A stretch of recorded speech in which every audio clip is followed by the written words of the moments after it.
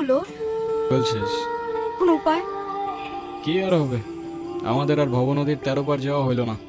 আরে ধুর, মজা করো না তো। এখন কি করবো সেটা বলো। আরে সেটা তো আমিও বুঝতেছি না, আশেপাশেও কিচ্ছু দেখতেছি না। পাম্প তো মনে হচ্ছে অনেক দূরে। আব্বাস, এ আব্বাস বাইরো। এই গিরা পাইছো? ওরে পাইছো কইছে নিজের ভাগ্নিরে ভাগাই দিয়া তুই আমারে কইতেছস পাইছো? শালা টাকা দে, তুই আমার টাকা দে। এইসব কি কইতেছস জাহাঙ্গীর? তুই এত টাকা আমি কই পাবো? তুই টাকা দিবি, আনালে তোর ভাগ্নিরে তুই আনন আন।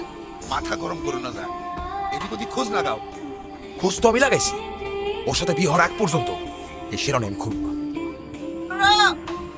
কিরে তুই এখানে কেমনে কি? বলছিলাম না কেস মতো থাকলে আবার লেখা হবে। আরে ফিউয়েল শেষ, সেই বিকাল থেকে বসে আছি এখানে। কারণ নাই, শীঘ্র আসো না। এই ধর। আচ্ছা কতক্ষণ লাগবে তোর আসতে? ধরো শীঘ্র যাবে আর আসবে, তুমি এখানে থাকো 2 মিনিট। তুমি আর কোনো লোক পাইলাম না, মাতালটাকে দিশে পেলাম। আমি তোমাকে লিখে দিচ্ছি, জীবনও ফিরে আসবে। আরে আসবে আসবে, বললো না তেলের পাম্প তো অনেক দূরে। আরে ওর ভরসায় বসে থেকে আর লাভ নেই, কোথায় না কোথায় কি খেয়ে পড়ে আছে কোনো ঠিক নাই। এই গুরু, আইসা গেছি আমি গুরু। কিরে কই ছিলি তুই? তেল নিয়ে আসছস? তেল তো আনতে ভুলে গেছি গুরু। কিন্তু মেহমান ঠিকই নিয়ে আসছে।